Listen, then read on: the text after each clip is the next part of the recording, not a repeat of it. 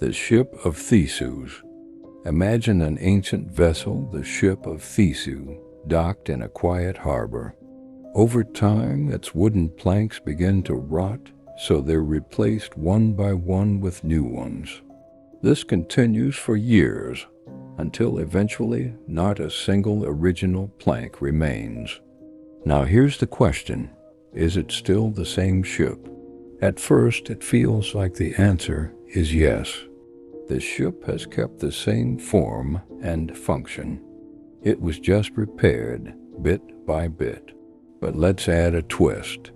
Imagine someone gathers all the discarded, original planks and uses them to rebuild a ship that looks exactly like the first one. Now there are two ships. One, the ship made from the new planks, still sitting in the harbor. Two, the one built from the old original planks, now reassembled elsewhere. Which one is the real Ship of Theseus? If it's the first, then an object can have all its parts replaced and still remain the same.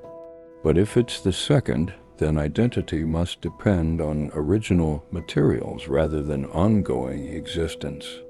This paradox challenges our understanding of identity over time. It doesn't just apply to ships. It applies to people, objects, even consciousness. Take humans, for example. Every cell in your body gets replaced over time.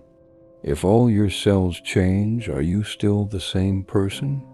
And if we could transfer your brain into a different body, would you still be you? Philosophers, scientists, and neuroscientists have all debated this puzzle for centuries.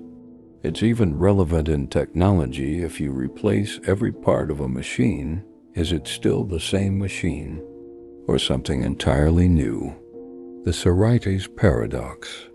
Imagine a heap of sand made up of millions of grains. Now remove just one grain. It's still a heap, right? Remove another grain, still a heap. Keep going, grain by grain.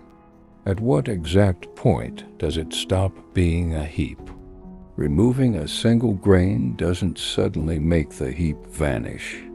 But eventually you're left with just one grain, clearly not a heap. So where did the heap go? This is the Sorites Paradox, and it highlights a problem with vague concepts. Words like heap, bald, or tall don't have precise boundaries. For example, if a man has a full head of hair and starts losing hair one by one, when exactly does he become bald? If a child grows an inch every year, at what height does tall begin? Because these terms are fuzzy, they lead to logical contradictions. Philosophers have debated this for centuries, and while there's no universal answer, here are three main approaches. 1. Sharp cutoff theory. Some argue that even vague terms have a hidden, exact boundary. Maybe a heap starts at exactly 1,000 grains. Anything less doesn't count. 2. The continuous spectrum. Others believe concepts like heap or bald lie on a smooth spectrum, and forcing a strict cutoff is meaningless.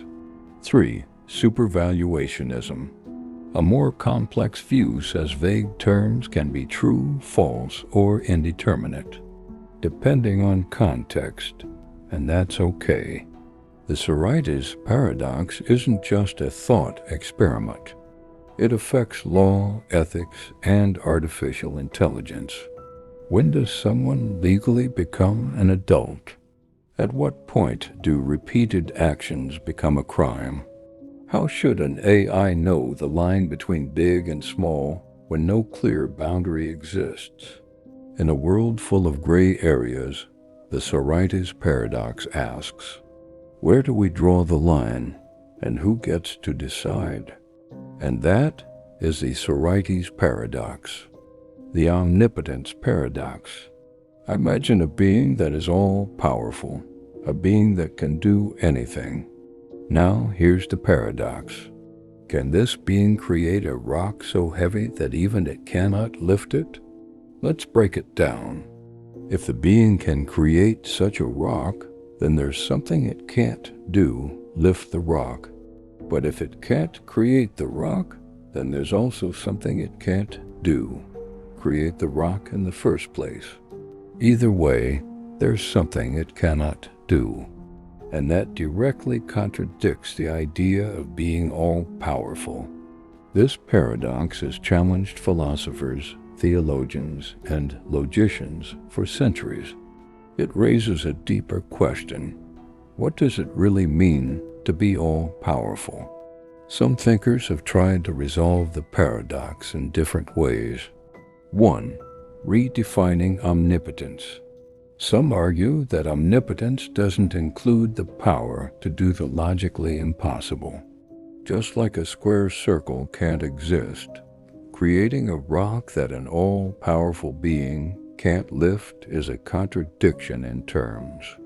The flaw isn't in the being, it's in the question itself. 2. The self-limitation theory. Others suggest that an omnipotent being could choose to limit its own power, so it could create such a rock and choose not to lift it, making the limitation self-imposed rather than actual. The Omnipotence Paradox dives into profound territory, exploring the limits of logic, the nature of power, and the boundaries of reality itself.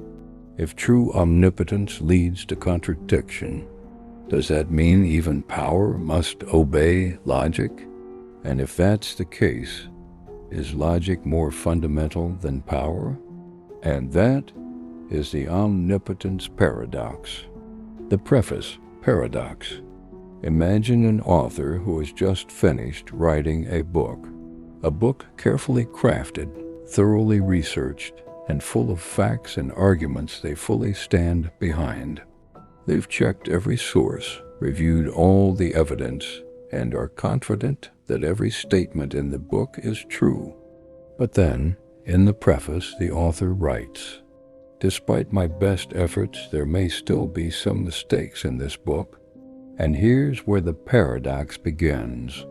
The author believes each individual claim in the book is true, yet at the same time, they also believe that at least one of those claims is probably false.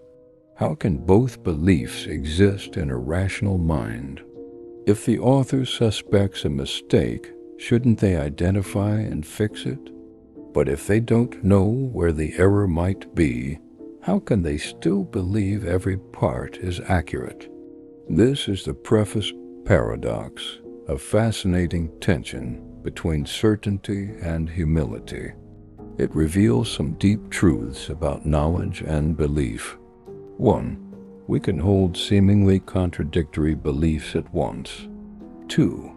Being rational doesn't always mean being absolutely certain. 3. Admitting the possibility of being wrong is, ironically, a very rational thing to do. Philosophers connect this to epistemology, the study of knowledge, and to Bayesian probability, where beliefs are measured in degrees rather than absolutes. Take science, for example. A scientist may trust their research results, but they also accept that future discoveries could prove them wrong. This is what makes science powerful. It improves because it questions itself. The Preface Paradox forces us to ask, how confident can we really be in what we know? And can we ever be completely certain about anything? And that is the Preface Paradox.